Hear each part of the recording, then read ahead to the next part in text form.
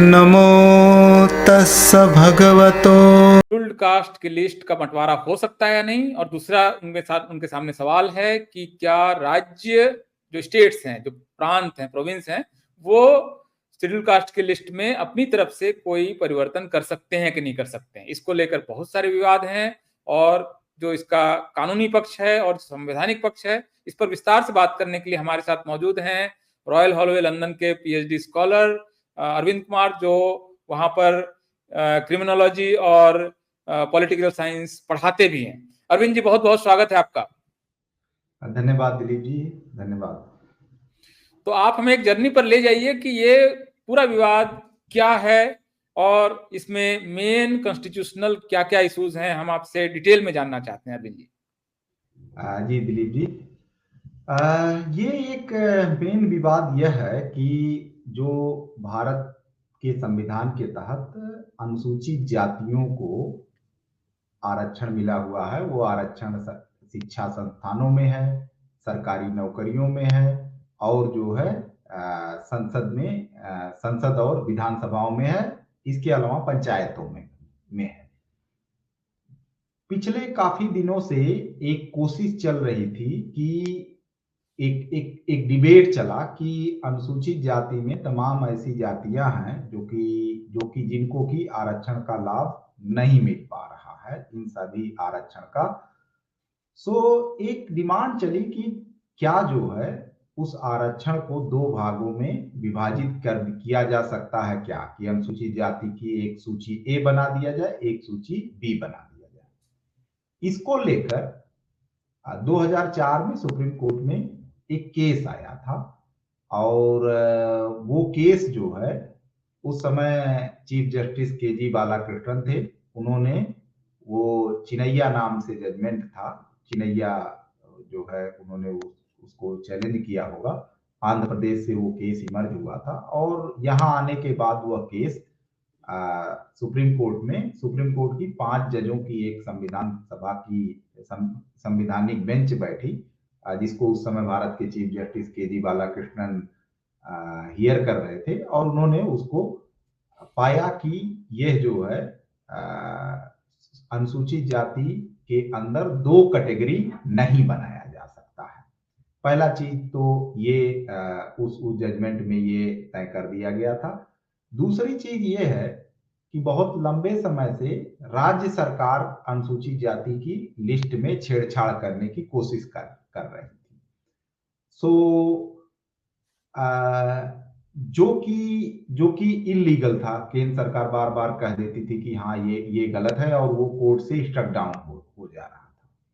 तो पंजाब सरकार ने अभी पिछले कुछ सालों में, अकाली दल की जब वहां सरकार थी, तो उसने अनुसूचित जाति में एक बार फिर से 2 समुदायों को विभाजित करने की कोशिश किया, जिसमें वाल्मीकि और मजहबी को अलग करने की कोशिश किया। और जब वो उसने अलग करने की कोशिश किया तो दोबारा से पंजाब और हरियाणा हाई कोर्ट ने उसको चैलेंज कर दिया, स्ट्रक डाउन कर दिया, खारिज कर दिया।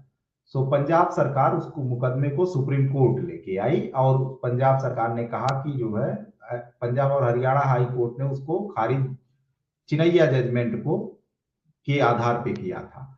फिर वो मामला सुप्रीम कोर्ट में आया, और सुप्रीम कोर्ट में इन्होंने ये कहा कि हम एक बार फिर से चिनैया जजमेंट को, जो 5 सदस्यीय संविधान कॉन्स्टिट्यूशन बेंच थी, उसको री एग्जामिन करना चाहते हैं, री एग्जामिन करना चाहिए कि क्या वो सही तरीके से डिसाइड हुआ है या नहीं हुआ है। ऐसे में ये मामला लटका रहा, और अभी पिछले 10-12 दिन पहले जो है इस पर अचानक से अनाउंस होता है कि एक 7 जजों की बेंच बैठेगी और चिनैया जजमेंट को री एग्जामिन करेगी।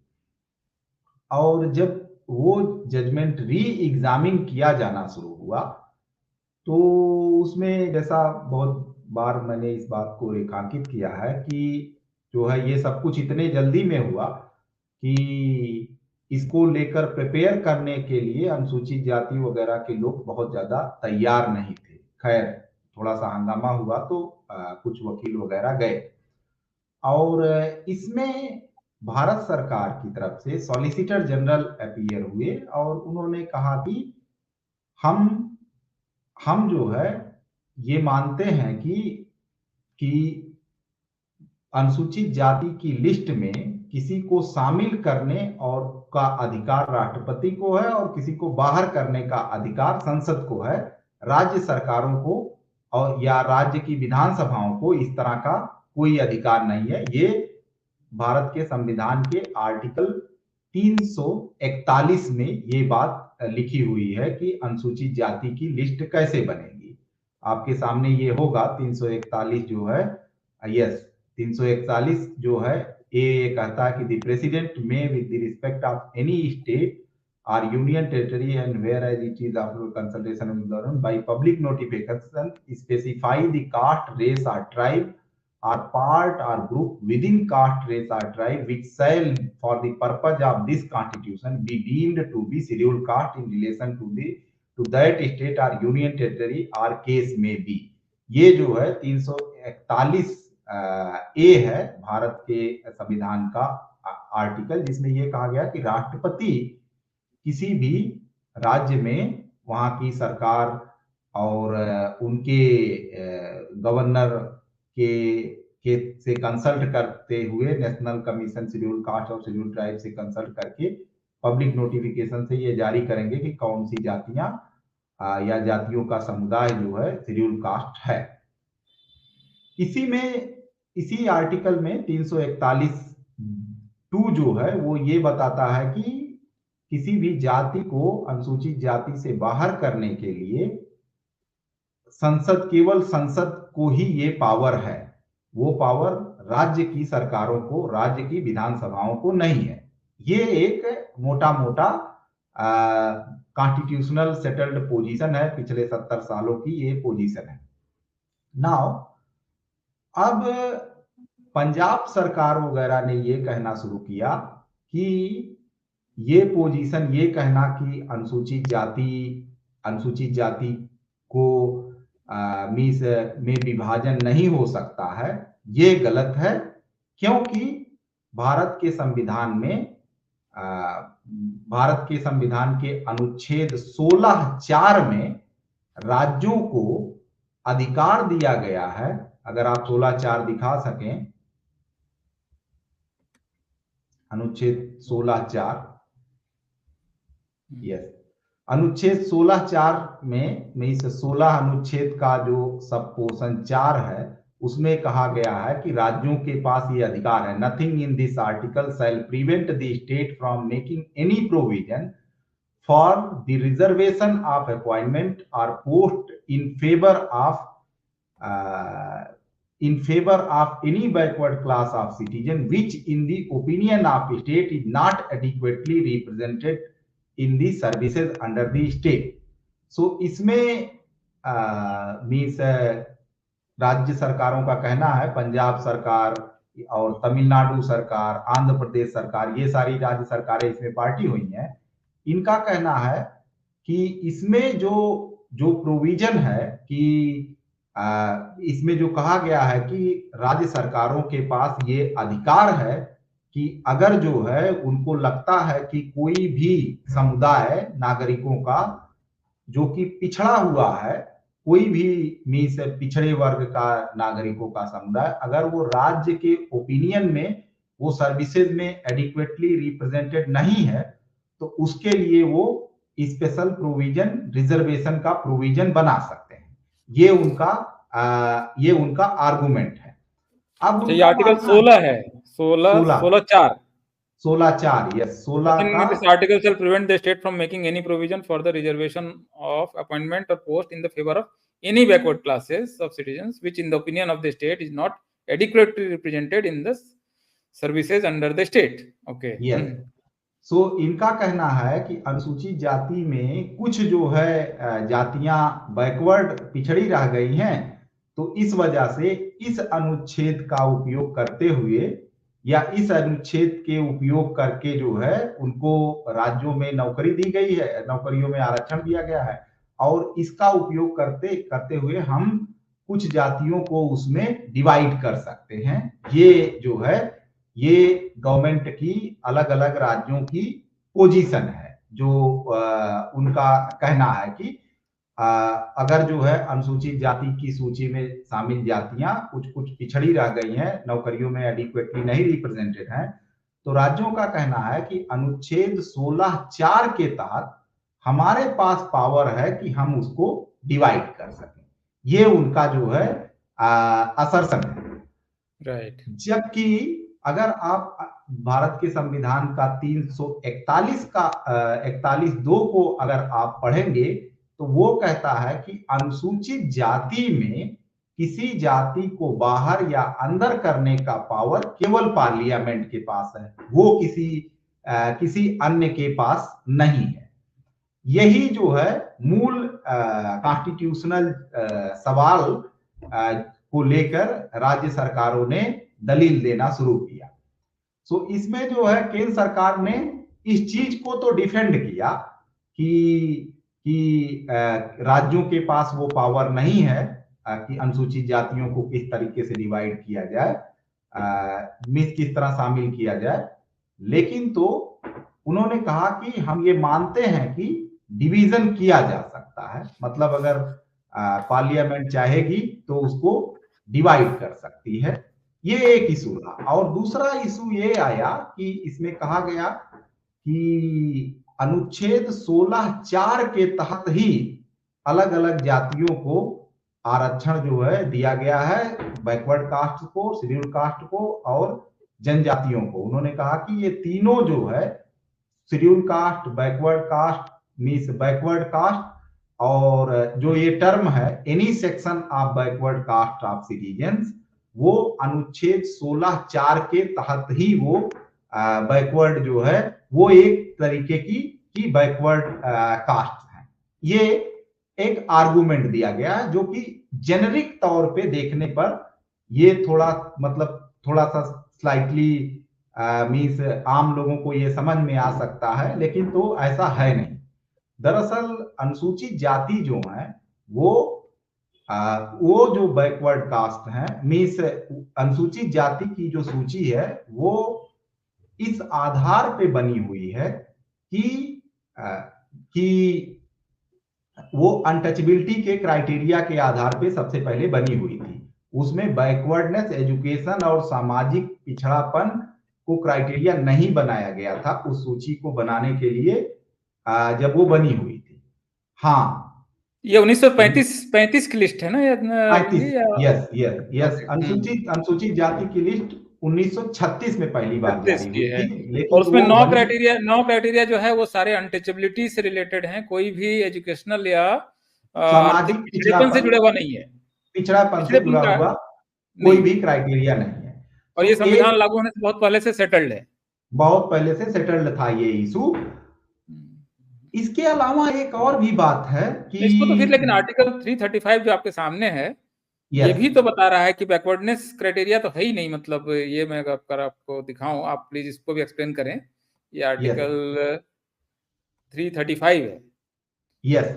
अब एक इंपॉर्टेंट चीज और है कि अगर हम जो है भारत के संविधान में जो टर्म्स हैं उसकी डेफिनीशन भी बताई गई है। वो भारत का संविधान का अनुच्छेद 366 है, उसमें जो है किस आर्टिकल में क्या अगर बैकवर्ड कास्ट लिखा हुआ होगा तो उसका डेफिनीशन क्या है, मीन्स कहां कहां वो लागू होगा।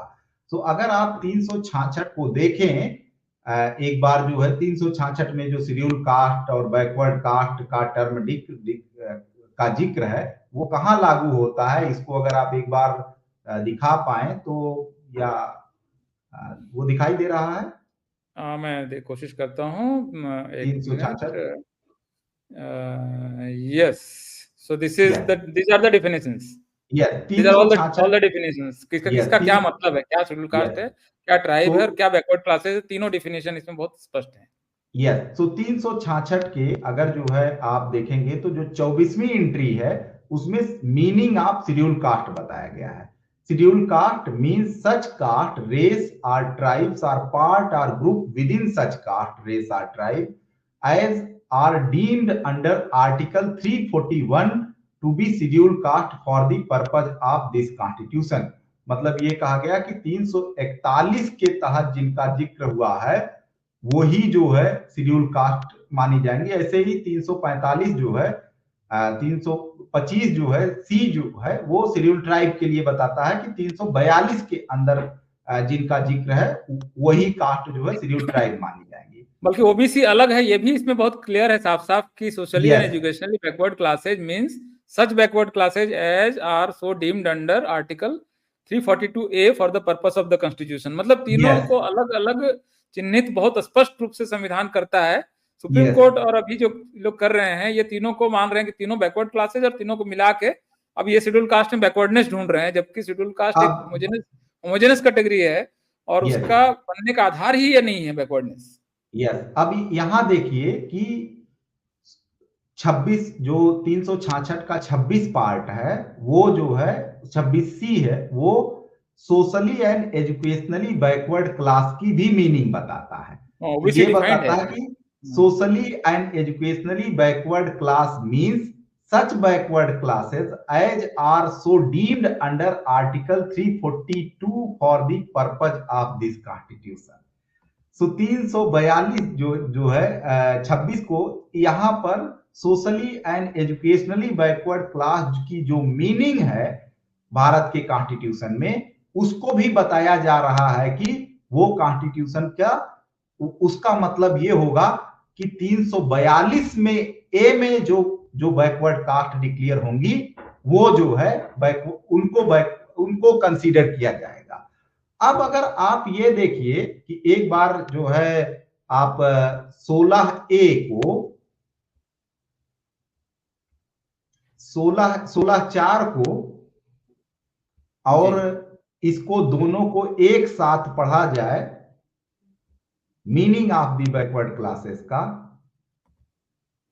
16(4) को यहां देखिए कि इन favour of any backward classes any backward class of citizen जो यहां टर्म यूज हुआ है और इसको आप उसी के साथ जो socially and educationally backward classes जो टर्म है वो टर्म केवल और केवल अप्लीकेबल होता है जो क्लासेस 341 के तहत डिक्लेयर्ड है।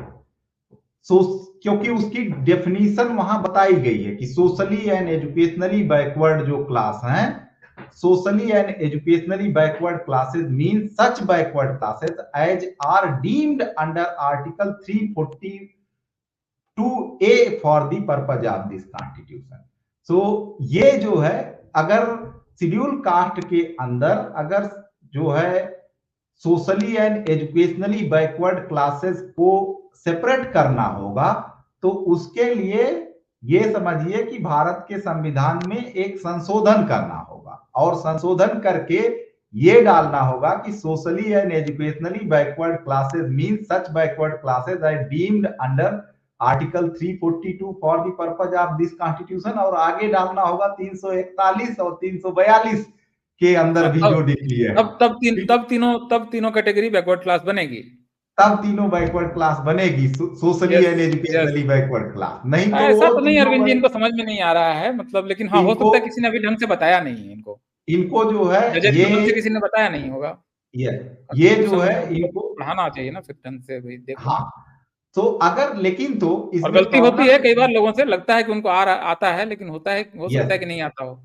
ये संभव है कि वो गफलत में ये कर रहे हो।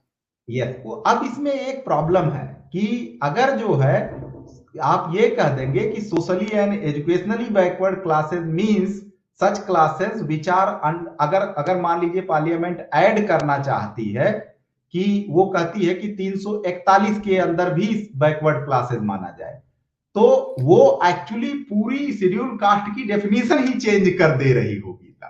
तो ये एक डेंजर है। इस वजह से पार्लियामेंट ने हमेशा ये इंश्योर किया कि जब भी अमेंड किया तो socially and educationally backward class citizens जो है वो आर्टिकल 340 342 उसके तहत जो डिक्लेयर्ड है उन्हीं के लिए ये डेफिनेशन अप्लाई हुई थी। अब ये क्या करने की कोशिश कर रहे हैं, ये कह रहे हैं कि ये जो डेफिनेशन है socially and educationally backward classes ये हम लागू करेंगे उसमें भी मीन्स डेफिनेशन को शेड्यूल कास्ट में भी लागू करेंगे, जबकि कॉन्स्टिट्यूशन बिल्कुल प्लेन रीडिंग में कहता है कि जो है आप नहीं लागू कर सकते हैं, और ये कह रहे हैं हम लागू इसको आर्टिकल 16 के तहत जो हमारी पावर है हम उसको यूज करते हुए करेंगे। तो ये बहुत जो है बहुत क्लियर, बहुत एक बदमाशी किए जाने की कोशिश हो रही है। एक और भी इसमें इंपॉर्टेंट बात है कि शेड्यूल कास्ट का आरक्षण जो है वो भारत के संविधान के किस आर्टिकल के तहत आता है। सो जजेज का या जो तमाम जो है जजमेंट जजेज ने दिए हैं उन लोगों ने ये उसमें ये कहने की कोशिश किया है कि अनुसूचित जाति और जनजाति का आरक्षण अनुच्छेद 16(4) के तहत आता है, जो कि एक गलत प्रोपोजिशन है। हालांकि इसको बहुत बार सुप्रीम कोर्ट अपने जजमेंट में बोल चुका है इधर उधर से, लेकिन ये गलत है। अनुसूचित जाति और जनजाति का आरक्षण, सरकारी नौकरियों में आरक्षण जो है वो अनुच्छेद 335 के तहत आता है। 335 देखिए ये कहता है the claim of the members of schedule caste and schedule tribe shall be taken into consideration consistently with the maintenance of efficiency of administration in the making of appointment to services and post in connection with the affair of union or a state. So ये जो है ये इस अनुच्छेद 335 बहुत ही clearly तरीके से बताता है कि जब भी अपॉइंटमेंट किया जाएगा उसमें शेड्यूल कास्ट और शेड्यूल ट्राइब का कंसीडरेशन मैंडेटरली कंसीडर किया जाएगा। यहां एक बात और भी ध्यान देने की जरूरत है कि जो अनुच्छेद 335 है उसमें लिखा गया shall be taken into consideration, जिसका मैंडेटरी करना पड़ेगा, मतलब है कि करेगी, मैंडेटरी करना ही पड़ेगा। मतलब उसमें सरकार के सामने कोई चारा नहीं, क्योंकि 335 अनुच्छेद 26 जनवरी 1950 को ही लागू हो गया। जजेज कह रहे हैं कि जो शेड्यूल कास्ट का रिजर्वेशन वो अनुच्छेद 16(4) से आता है। अगर आप अनुच्छेद 16(4) दिखाएं, अनुच्छेद 16(4) में कहीं बैकवर्ड शेड्यूल कास्ट का जिक्र ही नहीं, उसमें लिखा है any backward classes of citizen. और इनफैक्ट अनुच्छेद 16(4) जो है भारत के संविधान, इसकी भाषा भी देखिए अरविंद जी, ये कह रहा है कि nothing in this article, that is article 16, shall prevent the state from making any provision for the reservation of appointments of post। तो इसका मतलब हुआ कि ये जो है ये 16(4) मैंडेटरी नहीं है, इसीलिए संविधान लागू होने के दिन से लागू नहीं हो पाया। ये जाकर मंडल कमीशन आता है, मतलब फर्स्ट बैकवर्ड क्लास कमीशन बनता है, फिर सेकंड बैकवर्ड क्लास कमीशन बनता है, फिर जाके मंडल कमीशन की रिपोर्ट आती है, फिर उसको वो बीपी सिंह लागू करने की घोषणा करते हैं, फिर इंदिरा साहनी केस आता है, और इसके बाद जाके नरसिम्हा राव सरकार में सीताराम केसरी जब कल्याण मंत्री हैं तब ये लागू होता है। तो इसको इसलिए भी समझना बहुत जरूरी है कि जो शेड्यूल कास्ट का रिजर्वेशन है वो संविधान लागू होने के दिन से लागू है, क्योंकि वो मैंडेटरी है, उसमें आप कोई इफ एंड बट नहीं कर सकते हैं। लेकिन ओबीसी में क्योंकि इफ एंड बट कर सकते हैं, तो जब बाबा साहब ने इस्तीफा दिया तब उसमें भी कहा है कि बैकवर्ड क्लासेस के लिए हमने एक प्रावधान किया है 340, आप उसको लागू नहीं क्यों कर रहे हैं, ये उन्होंने एक कारण बताया अपने इस्तीफे का। तो उसमें क्योंकि एक गुंजाइश थी कि मतलब स्टेट चाहे तो कर सकता है टाइप वाला भाव है 16(4) का, जबकि 335 में है करना ही है आपको, मतलब करना ही पड़ेगा। हाँ यस करना ही पड़ेगा। यस वो 335 है वो शेड्यूल कास्ट के लोगों को कॉन्स्टिट्यूशनल राइट देता है कि अगर जो है अगर कोई राज्य सरकार वैकेंसी निकालती है और बिना शेड्यूल कास्ट को कंसीडर किए हुए वो वैकेंसी निकाल दी जाती है तो 335 का वो उल्लंघन माना जाएगा और उसको लेकर वो कोर्ट जा सकता है या तमाम चीजें वो हो सकती है। ये उनके पास राइट था। अब इसमें एक चीज और अरविंद जी मैं ऐड करना चाहूंगा, आप भी इस पर इसको करेक्ट कीजिएगा कि शेड्यूल कास्ट की जो राइट्स हैं ये एक्चुअली एक तरह से second round, first and second round table conference, Simon commission, ये सब में से एक जब हुआ कि कौन कौन माइनॉरिटीज हैं, इसमें एक लंबी लिस्ट बनी कि भारत में माइनॉरिटीज कौन कौन है, कौन कौन मतलब हैं जो कि मेन स्ट्रीम के बाहर हैं। तो उसमें सिख, मुस्लिम, पारसी, शेड्यूल कास्ट इसमें है। तो उनके राइट्स जो हैं वो इंडिया बनने का जो नेगोशिएशन हुआ है अलग अलग समुदायों के बीच में अलग अलग समुदायों ने अपने अपने राइट्स सेटल किए हैं, उसमें सेटल हुआ है। ओबीसी का इस समय तक कोई इशू नहीं आया कि ओबीसी को उसमें माइनॉरिटी राइट्स में नहीं शामिल किया गया। माइनॉरिटी का यहाँ पर डेफिनेशन रिलीजियस माइनॉरिटी नहीं है जो अब रूढ़ हो चुका है। तो इनका रिजर्वेशन जो है माइनॉरिटी राइट्स का रिजर्वेशन है, जो कि भारत के बनने की प्रक्रिया का आरक्षण है। ये कोई संविधान ने बाद में दे दिया ये भी नहीं है, इसीलिए संविधान लागू होने के दिन से लागू हो गया, बल्कि शेड्यूल कास्ट का रिजर्वेशन तो संविधान लागू होने से पहले से लागू था। तो ये इसको समझने की जरूरत है कि शेड्यूल कास्ट का रिजर्वेशन जो है वो सेक्रोसेंट है और बिल्कुल मतलब विवादों से परे जिस आरक्षण को माना गया है वो आरक्षण है। बल्कि ओबीसी के जब आरक्षण देने की बात हुई 16(4) आर्टिकल 16(4) में, आप जरा उसका जिक्र कीजिए कि संविधान सभा में वो कैसे ये विवादित मामला था कि ओबीसी को देना है कि नहीं देना है, ये डिस्प्यूटेड था, शेड्यूल कास्ट का सेटल था। सो देखिए, जो भारत के संविधान जो है वो 2 पार्ट में बना हुआ था। पहले पहला ड्राफ्ट तैयार हुआ था। जब पहला ड्राफ्ट तैयार हुआ तो उसमें शेड्यूल कास्ट का रिजर्वेशन था, जो कि 335 आर्टिकल है और उसकी 341 के तहत शेड्यूल कास्ट की लिस्ट का जिक्र है। ये सब चीजें वहां डिस्कस थी पहले वाले ड्राफ्ट में। राइट। इसका ये मतलब है कि जो पहला ड्राफ्ट संविधान सभा के लोगों ने बनाया था, क्योंकि उन्होंने तय किया था कि शेड्यूल कास्ट को रिजर्वेशन देंगे, और पहले वाले ड्राफ्ट में जो संविधान का आर्टिकल 16(4) है वो नहीं था। सो अगर जो है वो संविधान का 16(4) नहीं था और पहले ड्राफ्ट केवल जो है 335, और संविधान सभा ने तय किया था शेड्यूल कास्ट को रिजर्वेशन भी देंगे, तो वो उनका इंटेंशन किस आर्टिकल के तहत था कि इस आर्टिकल के तहत उनको रिजर्वेशन देंगे। नहीं, ये आप एक बहुत महत्वपूर्ण सवाल पिछले आपका स्पेस में मैंने सुना कि अगर आर्टिकल 16 ऐड नहीं होता सेकंड ड्राफ्ट में तो तब क्या शेड्यूल कास्ट का आरक्षण मिलता ही नहीं मिलता। ये जो है वो तो लागू आरक्षण है, वो मिलता, क्योंकि वो तो संविधान सभा ने तय किया था। तो ये देखा जाता है भाई कौन सा आर्टिकल है जहां से उनको सरकारी नौकरी। 16(4) is addendum actually, addendum in the second draft. It was not part of the original first draft, not original but rather first draft. So you have to think these two reservations separately and differently from each other, and you have to deal with two reservations differently.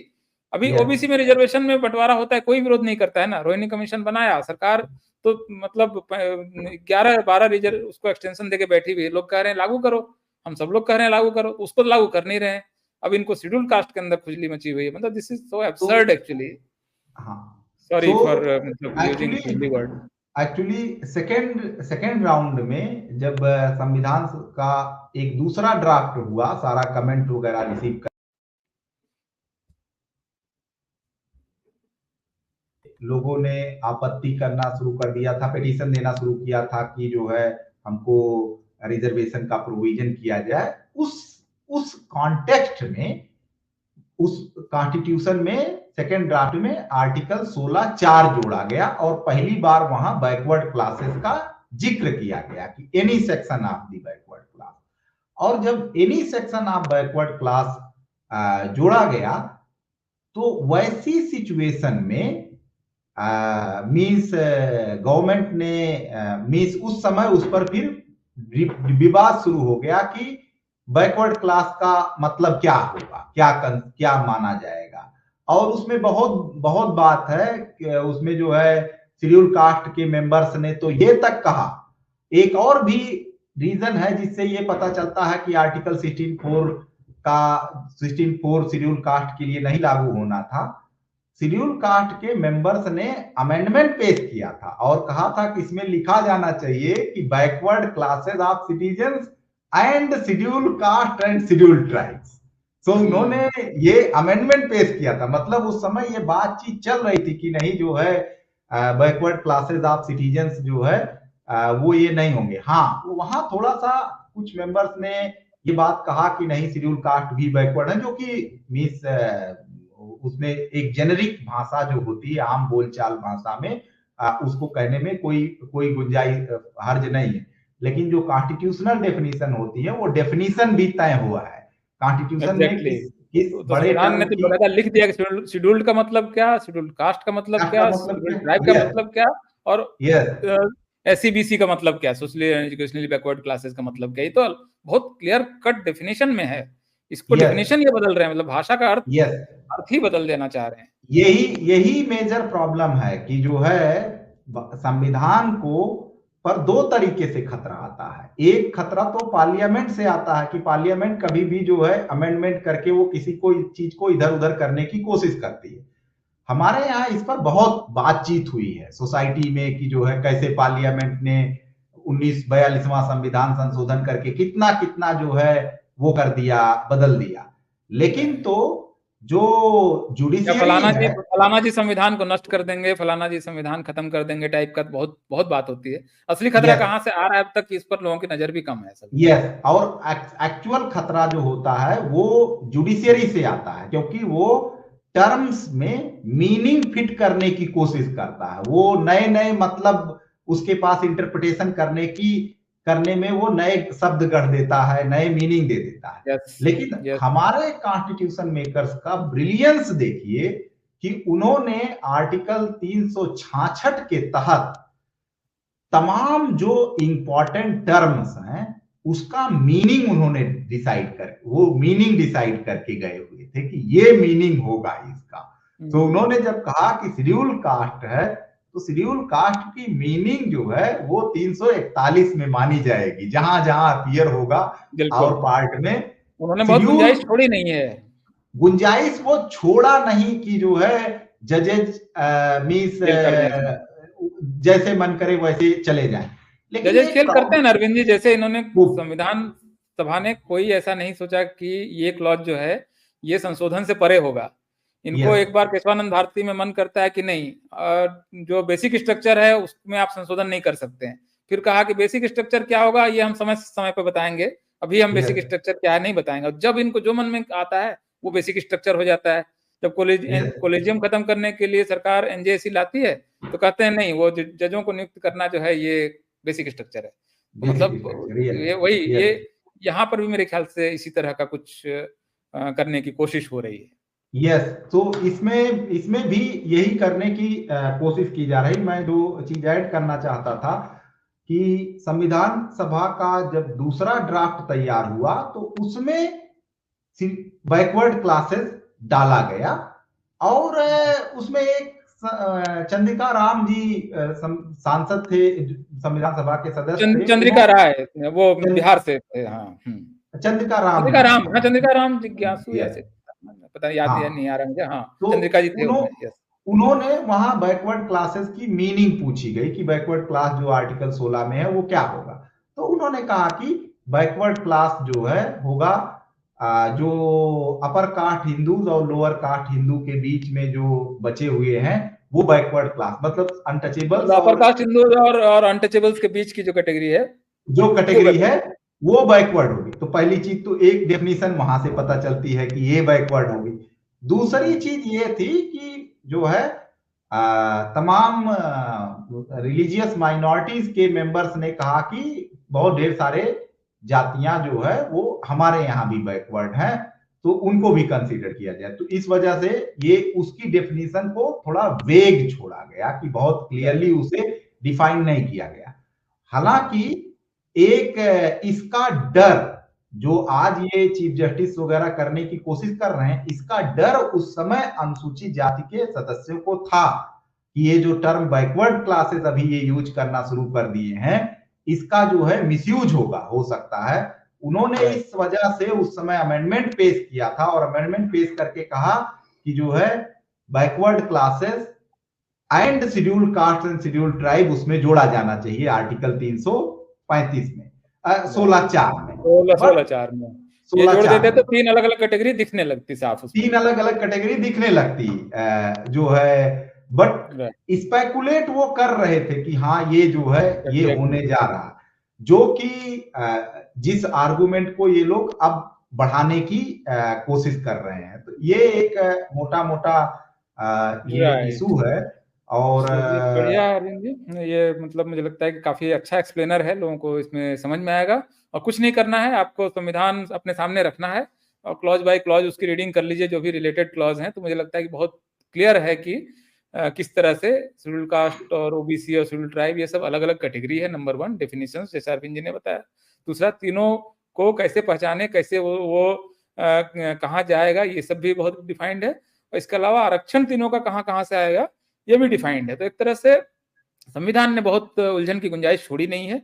अब उलझन पैदा करने की कोशिश हो रही है कि हमने तो एक जजमेंट दिया था, वो हमारा उसको एक पवित्र चीज मान के कि हमारा उस इंदिरा साहनी में हमने ऐसे कहा था और नागराज में ऐसे कहा था और अशोक ठाकुर में ये कहा था, तो ये या चंपकम दुराई राजन में ये कहा था, वो सब तो 16(4) है तो 16(4) से आएगा। ये मतलब अपने डिफिनेशंस को, ये अपने फैसलों को ये संविधान के ऊपर रखने की जो कोशिश कर रहे हैं, तो ये मेरे ख्याल से बिल्कुल ही गलत प्रपोजिशन है। And this will I hope that this will boomerang on the supreme court. Let's hope for the best. Arvind ji, कोई फाइनल वर्ड है तो आप बिल्कुल संक्षेप में बताइए, या अगर आप कंक्लूड कर सकते हैं तो। जी इस तरह के मेरा जब फाइनल वर्ड ये है कि इस तरह के इशू पर जो है शेड्यूल कास्ट और शेड्यूल ट्राइब बैकवर्ड क्लास के लोगों को बहुत ही जागरूक रहने की जरूरत है, और खासकर जुडिशियरी को लेकर बहुत जागरूक रहने की जरूरत है, क्योंकि हमारे देश में उसको जो है बहुत ही एक पवित्र जैसा न्याय का मंदिर न्याय का मंदिर और तमाम चीजें, न्याय की मूर्ति और कहाँ लॉर्ड खत्म हो गया, मतलब जहाँ से ब्रिटेन में आया वहां लॉर्ड है ही नहीं, यही लॉर्ड रह गया।